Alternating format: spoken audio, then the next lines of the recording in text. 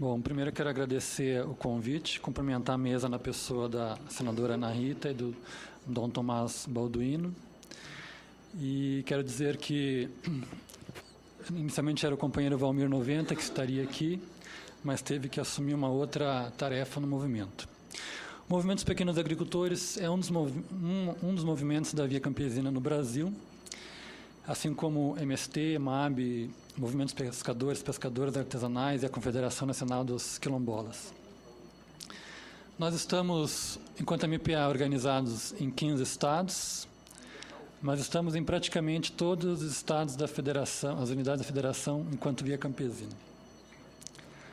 Primeiramente, eu quero reforçar o pedido do deputado Mauro Rubem, porque nós temos muitos amarildos no campo e que desaparecem de diferentes formas.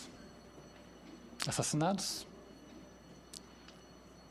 sumidos, não registrados, estão fora das estatísticas. A iniciativa do deputado Mauro Rubem é muito importante, porque recentemente estive numa favela no Rio de Janeiro, Chapéu da Mangueira, num debate sobre a desmilitarização das polícias. Antes de iniciar a atividade, fomos abordados por 2 policiais militares, portando fuzis de mais de metro de comprimento, questionando sobre o que estava acontecendo ali, se não havia sido realizada nenhuma solicitação para a reunião de moradores à comandante da UPP na favela. Nós vivemos num estágio de sítio velado, certo?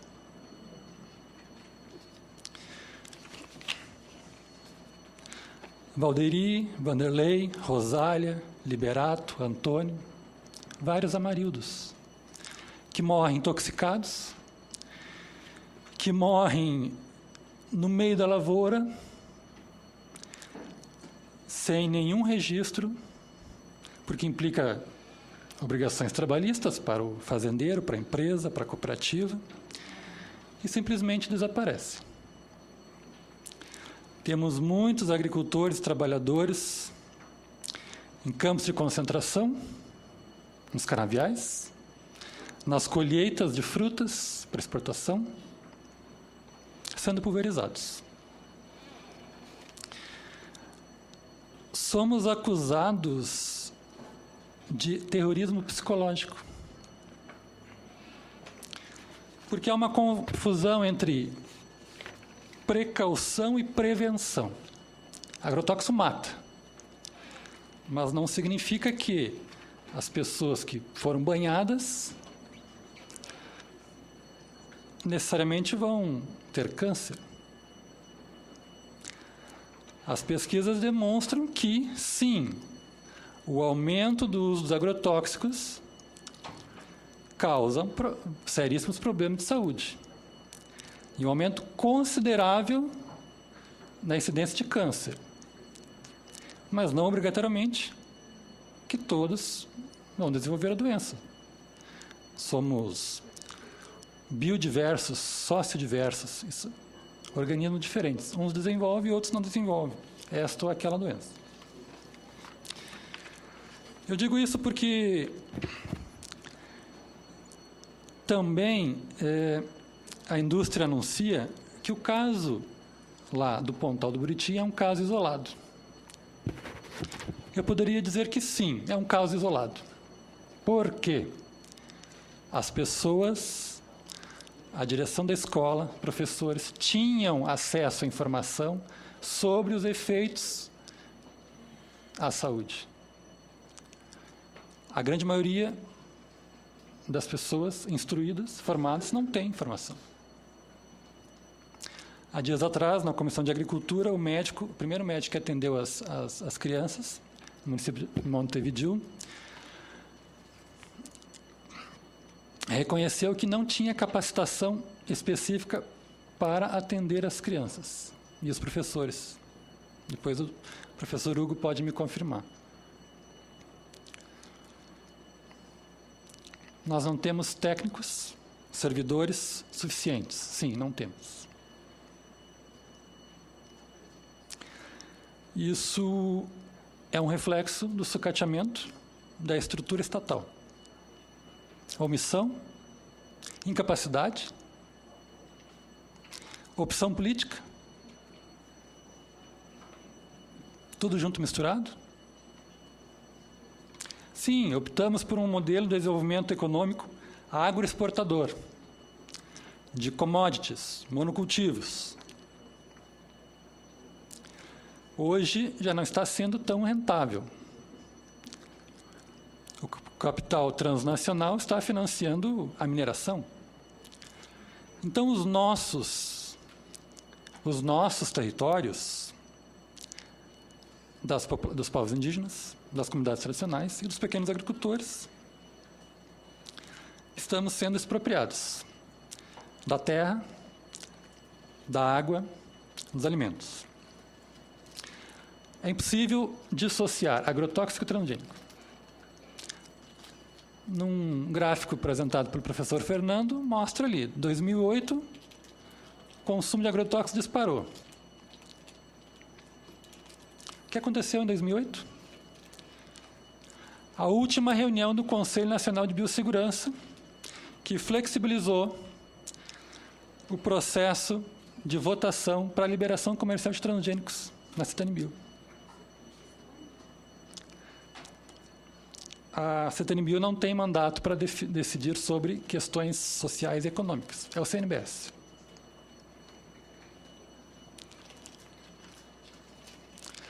Uma pesquisa independente na França demonstrou que o consumo de alimentos transgênicos causa tumores cancerígenos. Um dos produtos testados lá, nesse estudo, está no nosso mercado. Estamos consumindo.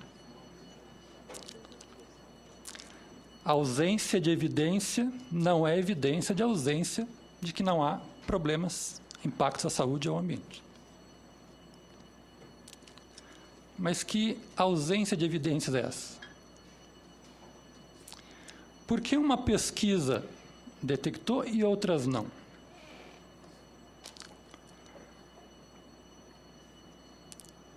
Tinha-se estrutura estatal para detectar?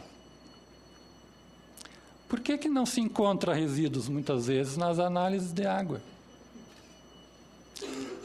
Os laboratórios credenciados estão tecnicamente equipados? O caso de Rio Verde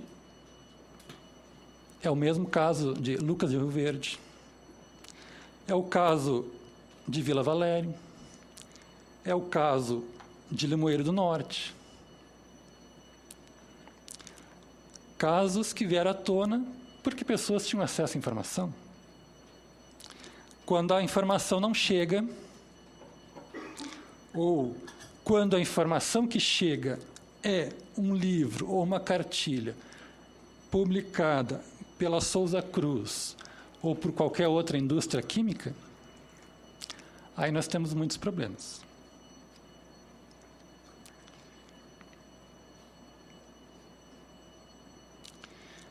Quando um assentamento rural não tem as mínimas condições de manter uma estrutura produtiva da população assentada, se não é energia, não tem como puxar água. Se não tem como puxar água, não tem como plantar. Se não tem como plantar, não tem como comercializar. E as famílias não têm renda. Para onde é que vão as famílias? Ou parte delas? Os jovens? Para a periferia das cidades? Para a favela?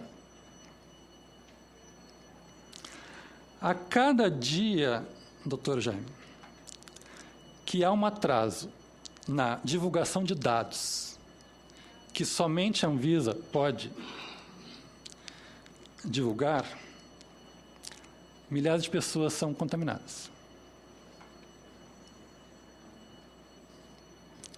Agrotóxico mata. Quantos óbitos? Se não há registros.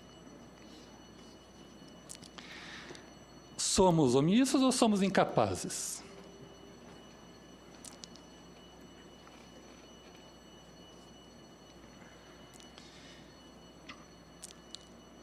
Mencionaste problemas técnicos de gestão administrativa, poucos técnicos, uma demanda enorme, Ministério Público em cima.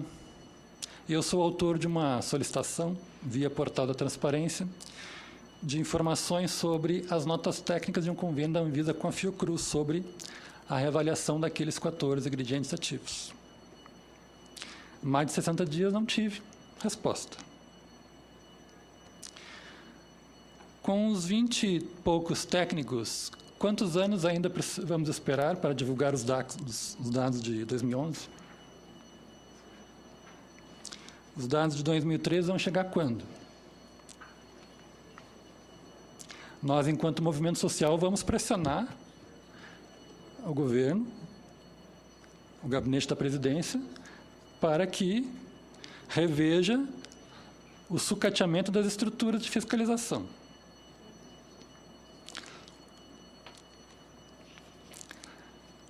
Por que foi aplicado esse veneno ali no assentamento que pulverizou a escola?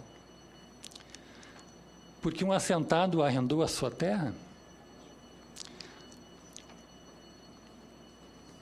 Porque não havia condições de produção? Cadê a ação do Estado?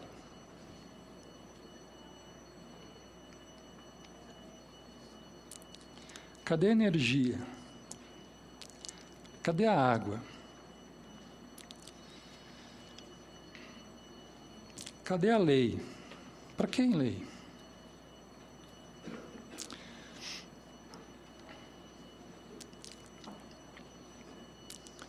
É uma opção política?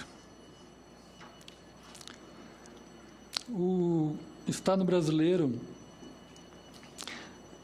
é signatário de um acordo internacional das Nações Unidas para a não proliferação de armas. O agrotóxico é uma arma química. Esta casa,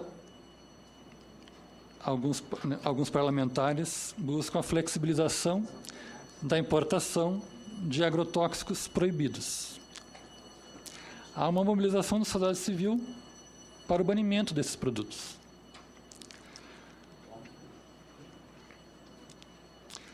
A dose aceitável. Uma estimação de aceitabilidade do organismo humano. É preciso rever isto.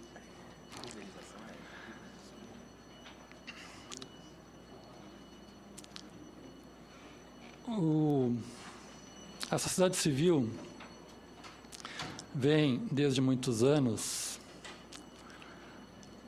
reivindicando direitos, vem elaborando propostas, vem apresentando aos governos. Ora, parte dessas propostas se transformam em políticas públicas, muitas vezes são distorcidas.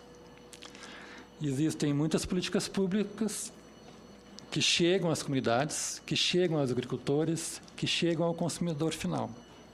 Muitas delas não. Existe uma iniciativa dentro da Planapa, Política Nacional de Agroecologia e Produção Orgânica, que pela sexta ou sétima vez foi adiada o seu lançamento, agora parece que vai ser no final de outubro. Há uma das metas, um dos pontos, sobre a criação de um plano de redução do uso de agrotóxicos. Ela talvez não tenha êxito, porque está vinculada ao setor da produção, à saúde, a educação passam longe. Vou entregar, senadora, as recomendações de uma conferência temática sobre agrobiodiversidade em preparatória à segunda Conferência Nacional de Desenvolvimento Rural Sustentável e Solidário, que vai se realizar no próximo mês aqui em Brasília. Ela é fruto de um debate de cientistas, de diferentes organizações da sociedade civil, da academia e também de gestores públicos que participaram do processo de elaboração das propostas para a Política Nacional de Agroecologia e trazem alguns pontos específicos para o qual eu estou concluindo, que diz respeito às questões quanto à contaminação transgênica das sementes, ao direito de acesso e livre uso da agrobiodiversidade, com referência ao aumento do uso de agrotóxicos e de transgênicos, com referência à questão da educação, da informação, da participação e do controle social, com referência às instâncias decisórias. O Brasil é signatário da Convenção 169 da Organização Internacional do Trabalho, mas ainda não implementou. Isso é uma questão de direitos humanos, porque diz respeito não simplesmente ao reconhecimento ou à valorização da posição deste ou aquele povo indígena ou de qualquer cidadão, mas diz respeito à consideração e ao direito de dizer não. Não à expropriação dos territórios, não à contaminação das águas, não à morte. Do mesmo modo, nós temos que ratificar aqui no Congresso, senadora, e no Senado, o Protocolo de Nagoya, que diz respeito ao acesso a recursos genéticos, ao Protocolo Suplementar de Cartagena sobre biossegurança, que diz respeito sobre o transporte internacional de transgênicos. Eu me remeto a essa questão ao que nós estamos fazendo aqui, aos nossos trabalhos que os movimentos sociais têm feito em prol da preservação da diversidade da sua identidade cultural, porque a diversidade da identidade cultural, ela se dá a partir da relação do homem com o ambiente. Um país mega diverso, 25% da biodiversidade mundial, 20% da água potável do mundo. Isso, dados de 10 anos atrás. Se não haver a participação da sociedade civil nos processos de decisão, vamos ficar à mercê da continuidade dos processos genocidas.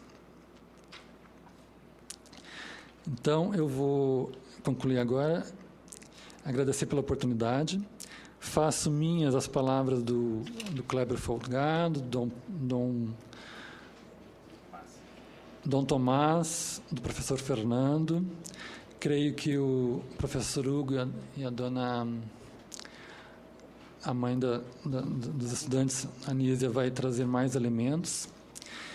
E creio que precisamos ter uma interação maior, senadora, e também doutor Jaime.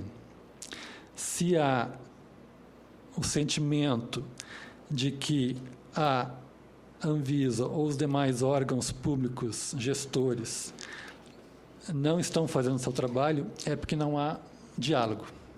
E nós queremos dialogar. Muito mais do que a indústria. Obrigado.